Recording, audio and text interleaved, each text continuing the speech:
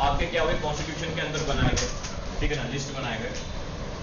ये लिस्ट जो है बेसिकली आपके कॉन्स्टिट्यूशन के पार्ट 7 के अंदर है। पार्ट 7 बताया, पार्ट तो मालूम है ना भैया, 9th में पढ़ा था। सेंट्रल गवर्नमेंट के लिए जो नाम है वो है यूनियन लिस्ट, जहाँ पे भैया सेंट्रल गवर्नमेंट के डोमेन रिलेटेड सारी बातें हैं। सेकेंड जो है वो स्टेट लिस्ट, जिसके अंदर स्टेट गवर्नमेंट किस तरीके से काम करेगी और स्टेट गवर्नमेंट किस किस के ऊपर काम करेगी उससे रिलेटेड बातें हैं। और तीसरा है कंकरेंट लिस्ट,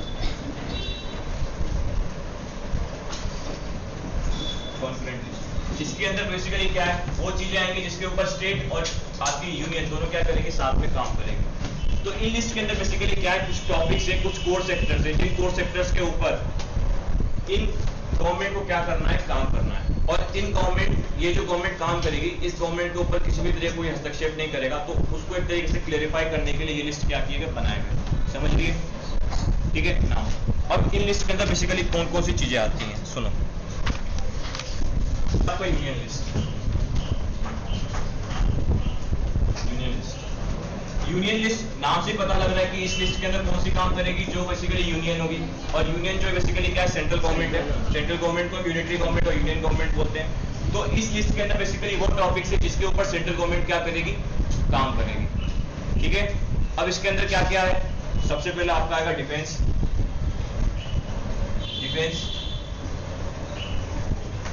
फिर आएगा फॉरेन अफेयर्स,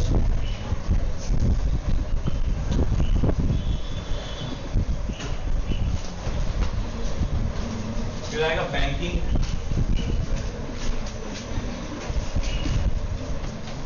फिर आएगा कम्युनिकेशन एंड करेंसी,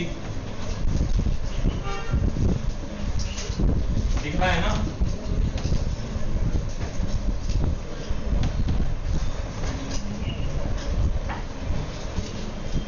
तो ये जो चीजें हैं इसके अंदर और भी चीजें नियर अबाउट 97 सब्जेक्ट्स है, बट तुम्हारे लिए भी सिर्फ इतना पढ़ो। ये बेसिकली क्या टॉपिक्स है, इन टॉपिक्स के रिलेटेड जो रूल्स एंड रेगुलेशन बनेंगे वो कौन बनाएगी, आपकी सेंट्रल गवर्नमेंट बनेगी। अब सुनो, स्टेट गवर्नमेंट क्यों नहीं बना सकती, क्योंकि देखो डिफेंस यदि स्टेट गवर्नमेंट के हाथ में दे दिया, तुम्हें क्या लगता है स्टेट गवर्नमेंट को संभाल पाएगी, क्यों नहीं संभाल पाएगी, रीजन क्या है? हाँ, अपने फायदे के लिए फिर सेना का यूज करेगी, ठीक है ना। पता लगा यहाँ है ना छत्तीसगढ़ के अंदर सेना अलग चल रही है, बंगाल के अंदर ममता दीदी ने सेना को अलग एक तरीके से हुक्म दे दिया है। सेना की टसल में लेने का नुकसान तो कंट्री का होगा, तो इसलिए वो सेक्टर किसको दे दिया, यूनियन गवर्नमेंट को दे दिया। सेकेंड आपका बेसिकली कौन सा, फॉरेन अफेयर्स। फॉरेन अफेयर्स मतलब क्या, दूसरी कंट्री से बातचीत करना। अब यदि हम स्टेट को दे दें तो तुम्हें क्या लगता है डेवलपमेंट हो पाएगा क्या, नहीं हो पाएगा ना। अब जैसे कि क्या हुआ आपका बेसिकली क्या हुआ, सपोज पप्पू कहीं का सीएम बन गया, ठीक है, तो फिर जाके भीख मांगेगा, ठीक है ना, तो देश की इज्जत कहाँ रह जाएगी, ठीक है ना। वो तो पाकिस्तान में जाके इमरान खान के साथ खाना खा के आ जाएगा। फिर बेसिकली हाँ क्या मालूम है, प्राइम मिनिस्टर चेंज हो गया है, बट अब पप्पू की इक्वलिटी वो भी तो है। हाँ वो भी बात है। बैंकिंग, अब भैया यदि बैंकिंग स्टेट के अंडर कर दिया कि भैया स्टेट क्या करेगा, बैंक को रन करेंगे, तो तुम्हें क्या लगता है भैया, जो भैया बैंक जो है आज के टाइम पे स्टेट यदि सेंट्रल गवर्नमेंट रन कर रही है, ठीक है ना, मतलब यदि बैंक स्टेट गवर्नमेंट यदि रन करेगी तो भैया जो बैंक जिस स्टेट के अंदर है वो क्या करेगी, ज्यादा डोमिनेंस क्रिएट कर देगी। जैसे कि जो बैंक ऑफ इंडिया ने बोल दिया कि भैया यदि पंजाब नेशनल बैंक से कोई भी रुपया आएगा उसके ऊपर मैं कितना 12% इंचार्ज दूंगा, तो तुम्हारी तो नैया डूब जाएगी, है ना। तो इसी के लिए सारे के सारे बैंकिंग सेक्टर्स किसके अंदर डाल दिए, यूनियन गवर्नमेंट के अंदर डाल दिए। उसके बाद आपका क्या क्या करेंसी। अब भैया सपोज समझो एमपी के अंदर क्या हुआ, राजवीर के नाम की करेंसी निकल गई, ठीक है, छत्तीसगढ़ के अंदर है ना आदित्य के नाम की करेंसी निकल गई, तो भैया तुम्हें क्या लगता है, जब एक एमपी जो एक बंदा जो एमपी और छत्तीसगढ़ दोनों में रहता है उसके लिए तो भैया बड़ी मुश्किल हो जाएगी ना करेंसी का यूज करना, तो इसलिए करेंसी को किस में डाल दिया, यूनियन गवर्नमेंट में डाल दिया, ठीक है। नाउ द लास्ट कम्युनिकेशन के अंदर आपके क्या आ जाते हैं भैया, सारे के सारे टेलीकॉम सेक्टर्स आ जाते हैं, ठीक है, जैसे 1G 2G 3G 4G 5G, ये बेसिकली क्या है कम्युनिकेशन सेक्टर्स है। BSNL हो गया, ये बेसिकली क्या है सेंट्रल गवर्नमेंट के अंदर आ जाते हैं। क्यों, क्योंकि भैया ये एक तरीके से क्या है ऑल अराउंड कंट्रीज के पीपल के वेलफेयर के लिए। यदि ये स्टेट के हाथ में दे दिया तो एक स्टेट अपने फायदे के लिए तो इसका भरपूर यूज करेगी, और दूसरा एक तरीके से सेक्टर्स है ये बेसिकली किसके अंदर डाल दिए गए, यूनियन लिस्ट के अंदर डाल दिएगा, यूनियन गवर्नमेंट को डाल दिएगा। अब जिस तरीके से यूनियन के बेसिकली क्या कर दी गई, यूनियन के सेक्टर डिफाइन कर दिए गए, उसी तरीके से स्टेट के भी सेक्टर डिफाइन हो गए। हम बात करते हैं स्टेट लिस्ट की। से यूनियन गवर्नमेंट के अंदर आपकी क्या है, डिफेंस है। डिफेंस के अंदर कौन सी है, आर्मी, नेवी और एयरफोर्स, ठीक है ना। पहले एक चीज बता देता हूँ, पुलिस डिफेंस नहीं कहलाती है, ठीक है ना, गलतफहमी मत रहना। पुलिस डिफेंस नहीं कहलाती है। BSF, ITBP, CRPF, CISF army नहीं कहलाती है। तो जो कोई चचा ज्ञान देके जाए कि बीएसएफ वाले आर्मी में, तो उनको चार बोलना, चचा बहुत पुराने हो, ठीक है। ये समझदार व्यक्ति से पूछ लेना, बीएसएफ अलग होती है, आईटीबीपी अलग होती है, सीआईएसएफ अलग होती है, सीआरपीएफ अलग होती है। आर्मी सिर्फ आर्मी होती है, ठीक है ना। पहले डिफरेंस क्रिएट करके बता रहा हूँ, कंफ्यूज नहीं होना। पुलिस वाले होते हैं। सर बीएसएफ क्या होती है? तो सर वो आर्मी नहीं होती है। सर आर्मी का करती है। हाँ, एक होती है मिनिस्ट्री ऑफ डिफेंस और एक होती है ministry of home affairs. Ministry of defence के नाम से पता चल रहा है जिसको क्या करना है, डिफेंस करना है। तो मिनिस्ट्री ऑफ डिफेंस के अंदर आपके तीनों सर्विसेज आ जाएंगे, आर्मी, नेवी और एयरफोर्स। आर्मी का काम क्या है, जो आपके बेसिकली आपकी क्या बॉर्डर एरियाज है, वहां पे बेसिकली क्या करना है, काउंटर इंसर्जेंसीज को रोकना। काउंटर इंसर्जेंसीज मतलब क्या, कि भैया जो बाहर से क्या आ रहा है, एक तरीके से एक नॉन स्टेट एक्टर आ रहा है। नॉन स्टेट एक्टर क्या, जो टेररिस्ट आ रहा है, मुजाहिदीन आ रहा है, ठीक है ना, इसको क्या करना है, रोकना, इन्फिल्ट्रेट करना, इसको निपटाना, ठीक है ना। आज नेवी का काम क्या है, जो आपके बेसिकली सी लेवल है, वहां पे क्या करना, प्रोटेक्शन करना। एयरफोर्स का काम क्या है, बेसिकली आपका कि बाय चांस यदि एयर का वॉर हुआ, एयर करियर वॉर हुआ, तो वहां पे क्या करना, डिफेंस के अंदर एयर सिक्योरिटी प्रोवाइड करना। तो ये सारा का सारा वर्किंग अंडर स्ट्रक्चर किसके अंदर आता है, मिनिस्ट्री ऑफ डिफेंस के अंदर। Now the second one, ministry of home affairs. Home affairs के नाम से पता चल रहा है घर के अंदर का matter.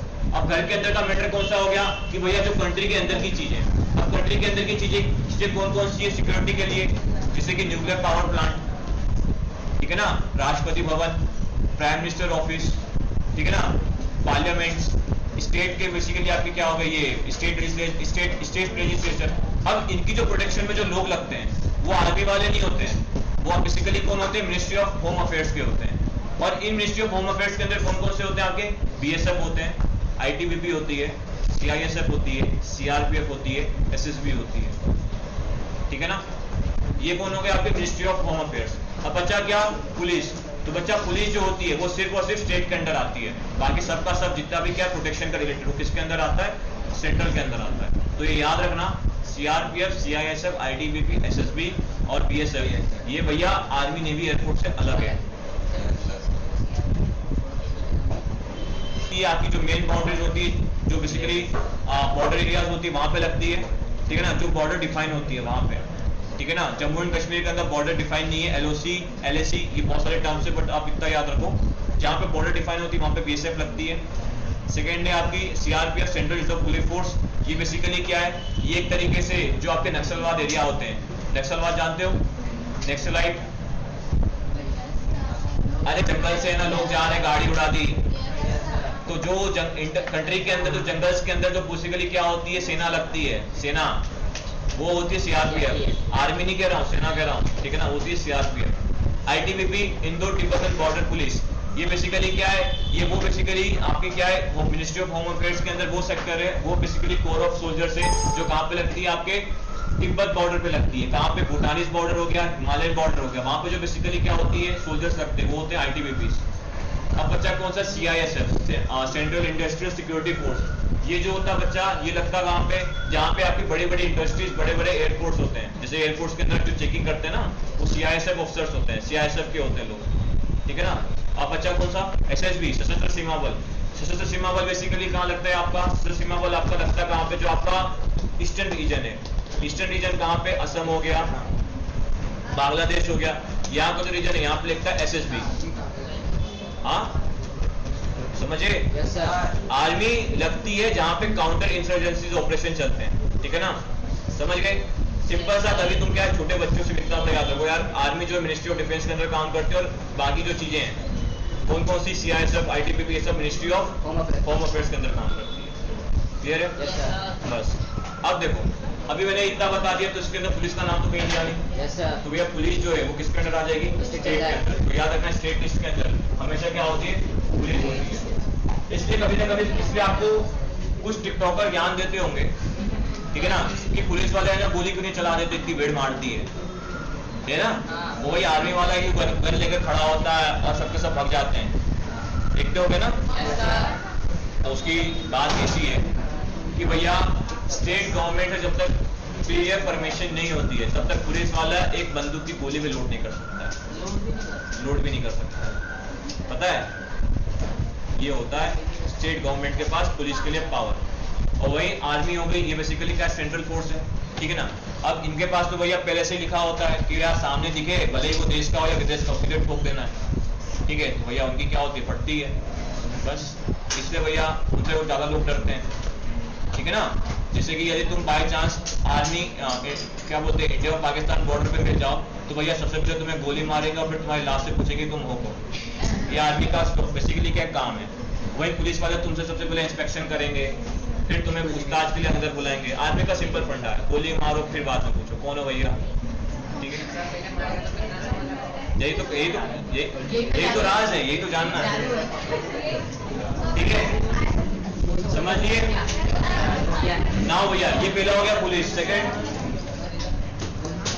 Trade, trade commerce agriculture.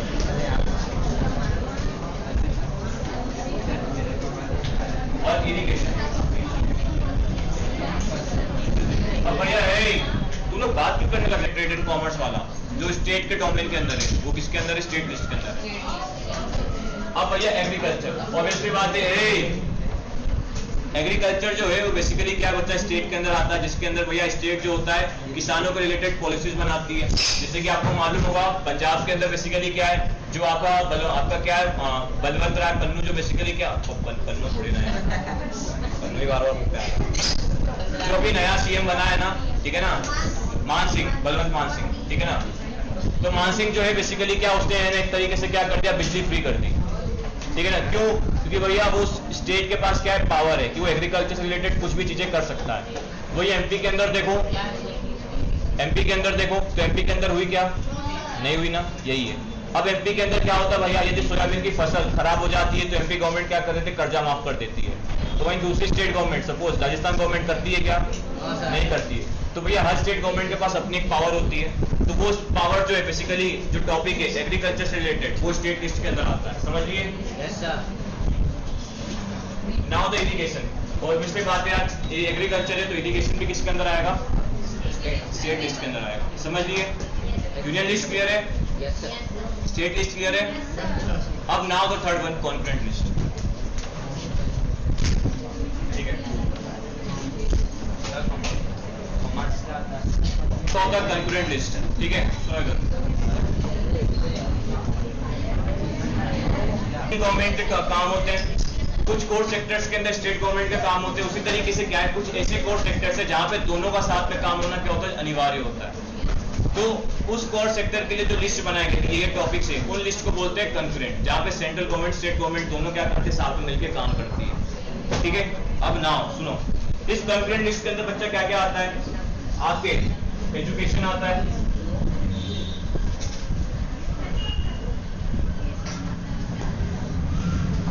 College आता है, ट्रेड यूनियन आता है, मैरिज आता है। बोलोगे सर शादी कहां से आ गई, शादी तो फैमिली के बीच होती है। अडॉप्शन आता है, सक्सेशन आता है,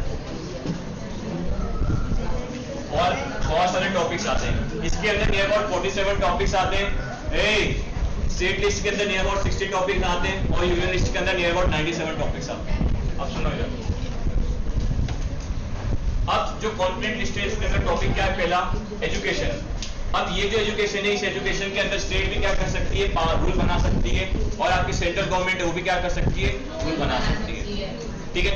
जैसे कि स्टेट गवर्नमेंट ने सपोज एमपी गवर्नमेंट ने एक तरीके से क्या कर रखा है, लाडली लक्ष्मी योजना, जिसके अंदर क्या होता है 9 से 10 तक, 10 तक बेसिकली क्या होता है, बच्चों को फ्री में पढ़ाया जाता है, ठीक है ना।